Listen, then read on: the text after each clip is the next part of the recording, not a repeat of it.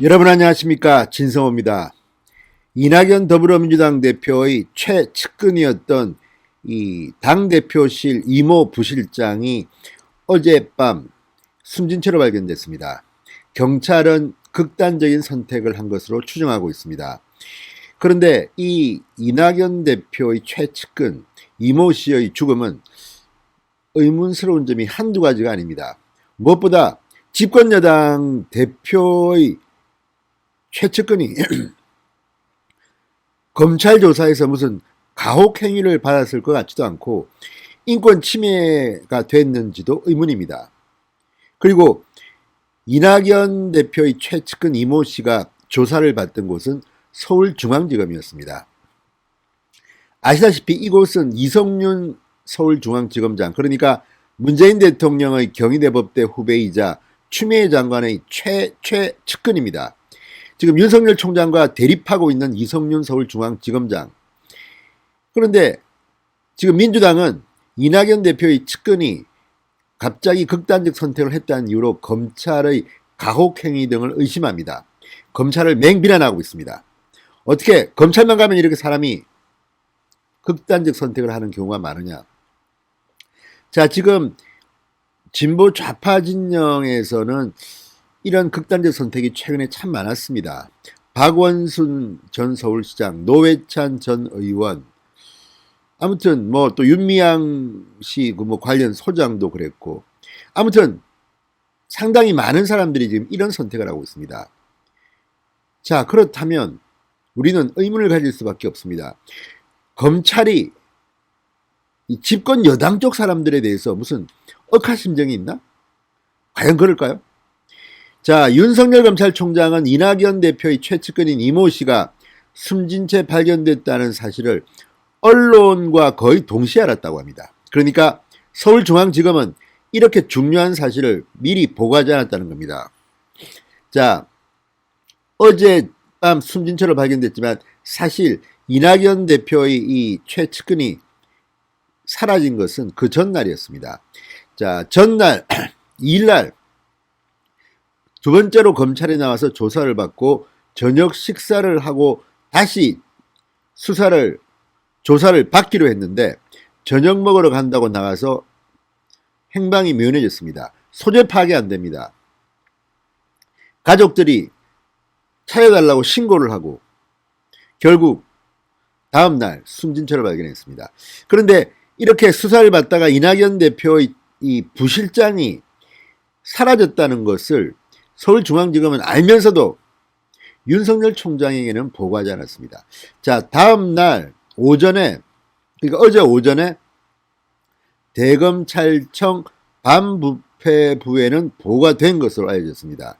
그런데 지금 중앙지검이 대검에 보고를 했지만 대검 반부패부는 윤석열 총장에게까지는 보고를 하지 않았습니다. 왜 그랬을까요? 지금 대검 반부패부장 다 추미애 라인들입니다. 윤석열과는 사사건건 부딪혔던 그런 사람들입니다. 따라서 이성윤과 신성식인가 그럴 겁니다. 이름이. 대검 반부패 부장이 짜고 윤석열에게는 보고조차 하지 않았던 것으로 보입니다. 자, 그렇게 되면 민주당의 30 의원들이 지금 검찰을 비판하고 있는데 그 칼끝이 윤석열이 아니라 이성윤으로 가게 되어 있습니다. 자, 결국 이낙연 최측근의 극단적 선택이 결국 이성윤 서울중앙지검장을 잡게 된 겁니다. 자, 뒤늦게 이 사실을 보고받은 윤석열 총장 화가 났을 겁니다. 그렇지만 이런 경우는 어떤 의미에서는 보고를 안 받은 것이 정치 권력의 유탄을 피할 수 있는 법일 수도 있습니다. 일부러 윤석열 총장을 물먹이려고 했을 수도 있고, 또 윤석열 총장이 만약에 미리 보고받았다면 사태가 이까지 오지 않도록 또 다른 노력을 했을 수도 있겠죠. 그러나 어쨌든 이미 결과는 나와 있고 윤석열은 언론과 비슷한 시기에 이 사실을 뒤늦게 알았다는 겁니다. 화가 얼마나 났겠습니까? 집권 여당의 대표 10년 이상 국회의원 할 때부터 지역구를 맡아서 비서관까지 지내면서 지역구를 훑었고 전남도지사 출마를 할 때는 당내 경선 과정에서 당비 대납 의혹으로 1년 2개월인가 감옥에 갔다 온 적도 있습니다. 이것 다 이낙연 대표를 위해서 이런 일을 벌이고 본인이 실형을 선고받고 감옥에 갔다 온 겁니다. 감옥에서 나온 뒤에도 전남도지사 정무특보를 맡아서 지역에서는 물의가 일기도 했습니다. 이게 뭐 밀실 인사냐, 보온 인사냐, 감옥 갔다 온 사람한테 어떻게 이런 자리를 주느냐. 그 정도로 이낙연과는 긴밀한 최측근이었습니다. 믿는 사람이었다고 합니다. 그래서 이렇게 전과가 있음에도 불구하고 당대표, 민주당 대표 부실장까지 맡은 겁니다. 그런 사람이 지금 문제가 되고 있는 옵티머스 측 관계자로부터 이 복합기 렌트비를 대납받았다. 76만 원입니다. 이것 때문에 극단적 선택을 했을 리가 있겠습니까? 이것 말고도 큰 건이 뭔가 있었던 것으로 보입니다. 별건 수사를 했다는 그런 소리도 들립니다. 자, 옵티머스 측은 로비의 귀재들입니다. 과연 이낙연 대표와 관련해서 76만 원 말고 1,000만 원 가량의 뭐 집기와 가구를 사무실에 제공했다는 진술도 나왔습니다. 이것 말고도 또 뭔가가 있을 것으로도 보입니다. 알 수는 없습니다. 그러나 이낙연 대표가 그렇게 믿는 최측근, 지금 이낙연 대표는 대권 주자로서 1, 2, 3등을 오가고 있습니다. 이런 사람이 대통령이 된다면 청와대로 들어갈 수도 있는 그런 위치에 있는 최측근 이모 씨가 왜 검찰 조사를 받다가 잠적하고 다음날 숨진 채로 발견돼야 했는지. 아무튼 미스터리입니다. 만약에 윤석열 총장의 측근이 있는 그런 검찰청에서 이런 일이 벌어졌다면 지금 청와대 민주당 난리가 났을 겁니다. 문재인 대통령이 마이크 잡고 열변을 토할지도 모릅니다. 어떻게 이런 인권 침해가 일어나고. 그러나 이 일은 문재인 대통령의 경희대법대 후배 이성윤 서울중앙지검에서 일어난 것입니다. 어떻게 하다 보니까 이성윤 서울중앙지검장이 지금 안 그래도 코너에 몰려 있는데 이낙연 라인 때문에 옷을 벗게 생겼습니다. 지금 이성윤 서울중앙지검장은 1, 2, 3, 4차장으로부터 퇴진 요구를 받았다는 언론 보도가 나왔습니다. 그만큼 지금 입지가 위태롭습니다. 지금 서울중앙지검에 그 많은 전국에서 가장 많은 검사가 근무하는 곳입니다. 철저히 비서당하고 있습니다. 평검사들이 들고 일어났습니다. 부장검사, 부장검사, 이번에는 차장검사들까지 퇴진을 요구했다고 하면 이제 이성윤은 중앙지검에서 완전히 외톨입니다. 그동안 추미애의 권세를 등에 업고 윤석열 총장을 무시하고 보고도 제대로 하지 않고 자기 마음대로 정권을 휘둘렀습니다. 지난번 채널A 사건 때는 이성윤 서울중앙지검장이 추미애 장관의 수사지휘권 발동으로 정권을 휘둘렀습니다. 윤석열 너 빠져. 이번에도 윤석열 처가, 윤석열 부인, 윤석열 장모, 윤석열 후배 전부 다 때려잡겠다고 지금 서울중앙지검이 설치고 있습니다. 그 과정에서 윤석열은 배제됐습니다.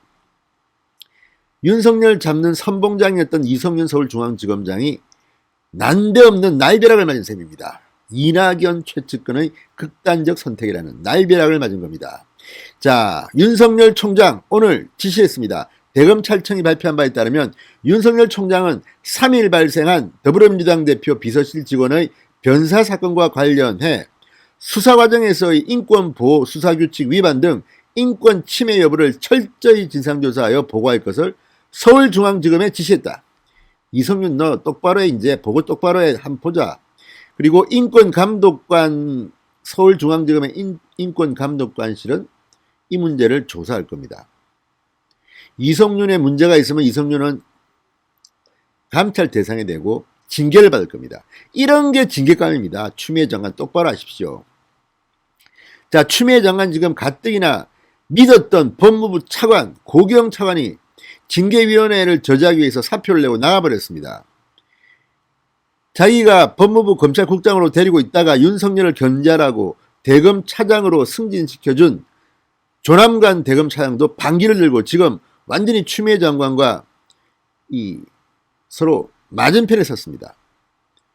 이런 가운데 몇 남지도 않은 이제 추미애 라인, 그 중에서 핵심 중에 핵심이라고 할 수 있는 이성윤 서울중앙지검장이 지금 위기에 놓인 겁니다. 이성윤의 운명은 어떻게 될까요? 진성호의 융단 폭격 시작합니다. 이성윤 서울중앙지검장을 융단 폭격합니다. 방송에 앞서 아직 진성호 방송에 구독자가 아니신 분들은 붉은색 구독 버튼 눌러주십시오. 더 좋은 방송으로 보답하겠습니다. 자, 이쯤 되면 이제 이성윤 서울중앙지검장은 큰일 났습니다.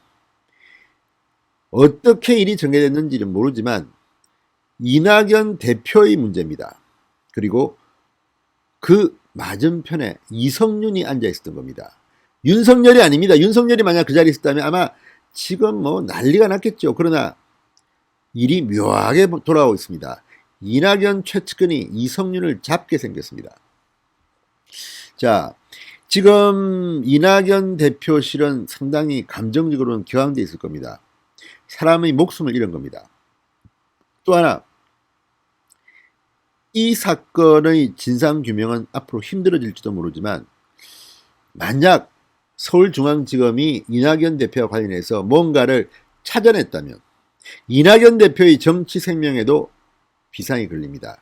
이미 이런 일이 벌어진 자체가 이낙연 대표한테는 그리 좋지만은 않을 겁니다. 물론 한 사람의 생명이 극단적 선택을 해서 사라졌기 때문에 동정심이 있습니다. 그렇긴 하지만 이낙연 대표의 최측근이 왜 이런 선택을 했을까? 이낙연 대표에게 뭔가 문제가 있지 않을까? 이런 심리적인 추측들이 이제 나올 겁니다. 그리고 무엇보다도 민주당 내에서 경쟁자들이 이 문제를 그냥 놔두지는 않을지도 모릅니다. 왜?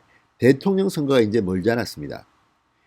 대권 후보를 놓고 당내 경선이 치러질 텐데 이 과정에서 뭐냐 이거. 이낙연 대표는 전남도지사 할 때는 이 사람이 대신해서 감옥에 갔지 않았느냐, 대납해서 가지 않았느냐, 이번엔 또 뭐길래 이렇게 이런 일이 벌어지느냐. 상식적으로 이 사람이 야당 대표의 무슨 측근이었다면 정치 탄압이라고 할 수 있지만 지금 이거는 집권 여당 대표의 최측근인데 설마 검사들이 뭐 고문하고 때리고 가혹행위를 했겠습니까? 욕하고 무슨 뭐 반말했겠습니까? 이런 건 아닐 겁니다. 별건 수사라든지 뭔가 있을 겁니다. 그런데 그 수사가 과연 무엇이었느냐? 이게 공개되면 또 이낙연 대표는 또 다른 위기를 맞을지도 모릅니다. 아무튼 일이 묘하게 흘러가고 있습니다. 자, 직무정지 중 지난 1일 법원 결정으로 업무에 복귀한 윤석열 총장. 복귀하자마자 서울중앙지검에서 사고가 터진 겁니다. 책임자는 이성윤입니다. 가만 놔두면 안 됩니다. 이거 인권 유린 있었나? 별건 수사 있었나? 확인해야 됩니다. 그리고 조사하면 이낙연 대표와 관련된 뭔가도 윤석열 총장이 알 수도 있습니다. 지금 상황이 매우 묘하게 올라오고 있습니다. 지금 윤석열 총장은 본인은 정치에 뜻이 있다고 공개한 적도 없지만 대권 후보 경쟁에서는 이낙연, 이재명과 윤석열이 3강 구도를 이루고 있습니다. 이른바 여론조사상은 경쟁자인 이낙연 아닙니까? 그러면 윤석열 총장이 이낙연의 뭔가 비리를 알 수도 있다는 겁니다. 왜? 공개할 수는 없지만 내부에서 지금 뭔가가 있었으니까 이런 일이 벌어진 거 아니겠습니까? 그 뭔가를 알게 되는 겁니다. 그러면 이 숨진 부실장 이모 씨 웬만한 일로 이렇게 극단적 선택을 하겠습니까?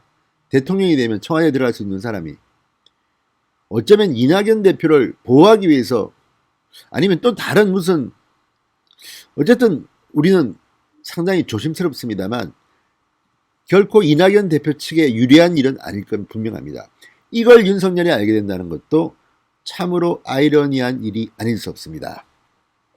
서른 민주당 의원이 오늘 라디오 YTN에 나와서 이 검찰이 지금까지 어떤 수사를 어떻게 했기에 사람이 죽은 결과가 나오는가 한두 번이 아니지 않느냐, 검찰의 행태를 모르느냐, 왜 사람을 죽을 지경으로 몰아넣느냐 이렇게 성토했습니다.